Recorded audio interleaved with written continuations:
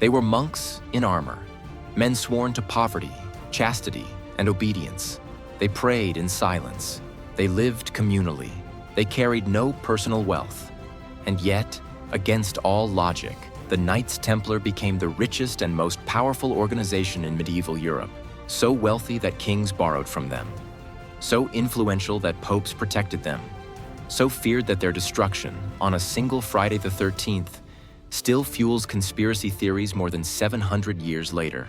But the truth is far stranger than the myths, because the Templars didn't stumble into wealth. They engineered it.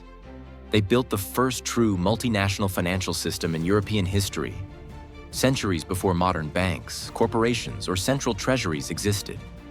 And like every financial empire that grows too powerful, they were ultimately crushed, not by corruption or heresy, but by politics.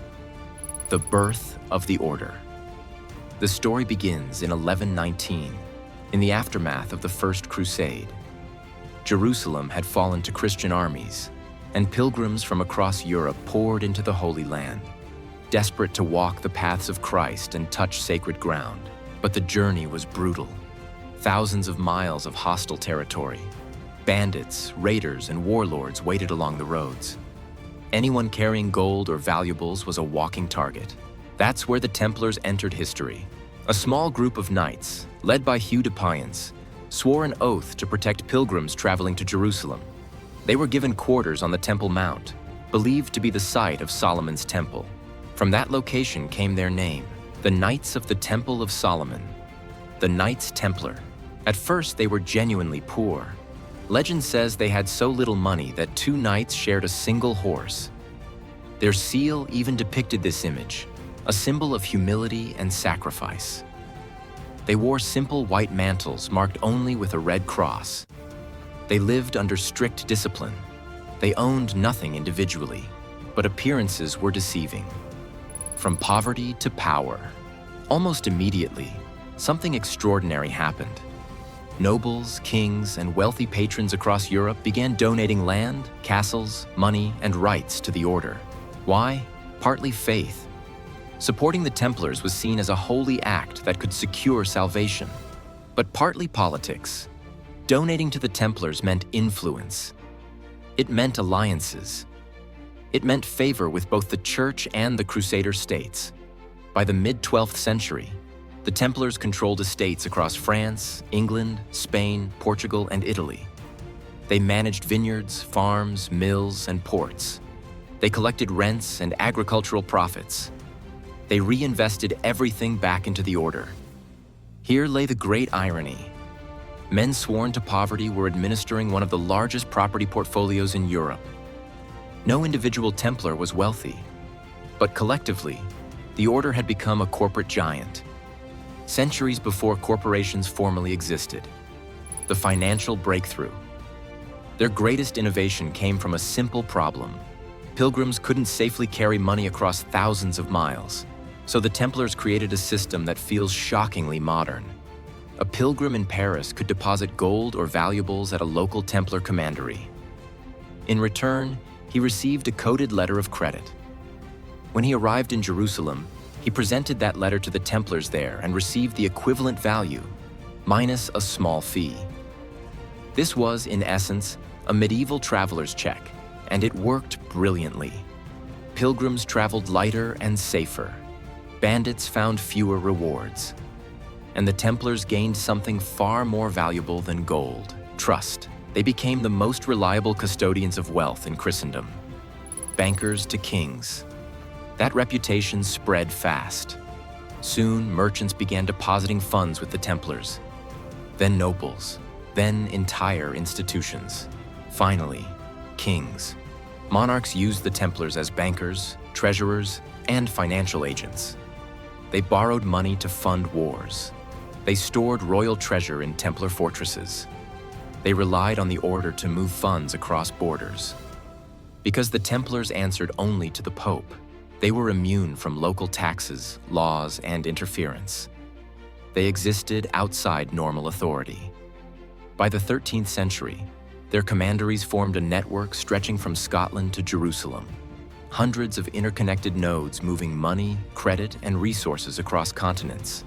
In modern terms, the Templars had built a global financial institution backed by armed knights. A state within a state. At their peak, the Templars controlled castles, ports, treasuries, and estates across Europe. In Paris, their headquarters, known simply as the Temple, functioned as a de facto central bank for the French crown. Kings deposited their wealth there. Nobles stored charters and jewels. Entire towns trusted the Templars more than their own rulers.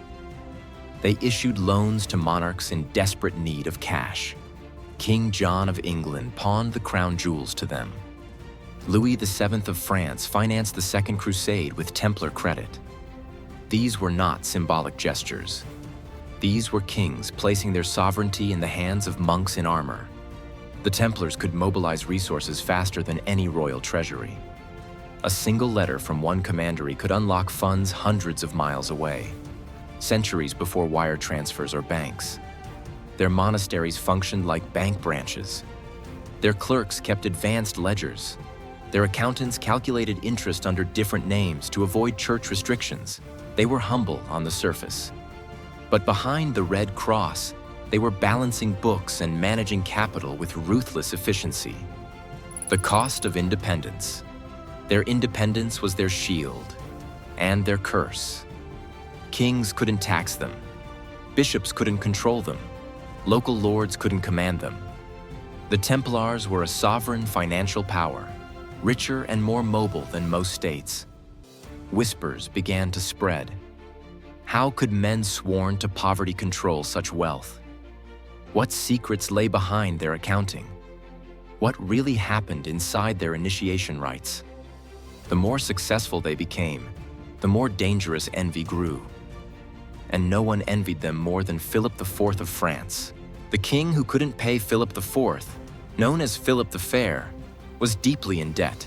His wars with England and Flanders had drained the treasury. He debased the currency, seizing silver to mint inferior coins. Riots erupted. Still, the debts to the Templars mounted.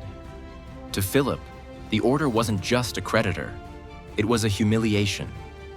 They held his crown jewels as collateral. They controlled the vault that stored his wealth. They reminded him that even a king could go broke. Philip realized something crucial. If he destroyed the Templars, he destroyed his debts. The Friday the 13th arrests. The accusations were explosive. Heresy, blasphemy, devil worship, obscene rituals. The Templars were accused of spitting on the cross, worshiping an idol called Baphomet, and engaging in secret corruption. On Friday, October 13, 1307, Philip struck. Across France, hundreds of Templars were arrested simultaneously. Their property was seized. Their leaders were tortured. Confessions were extracted, then later recanted. But it was too late. Under pressure, Pope Clement V dissolved the order in 1312. The greatest financial institution in Europe was erased by decree. The vanishing wealth officially, much of the Templar property was transferred to the Hospitallers. But enormous sums vanished.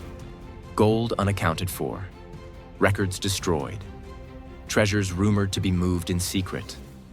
Stories spread of ships leaving La Rochelle under cover of night. Of hidden vaults. Of treasure still waiting to be found. The truth is likely simpler. The wealth was absorbed, stolen, or dissipated. But the mystery ensured the legends lived on. If this gave you a new perspective, subscribe. History has the answers. I'll show you where to look.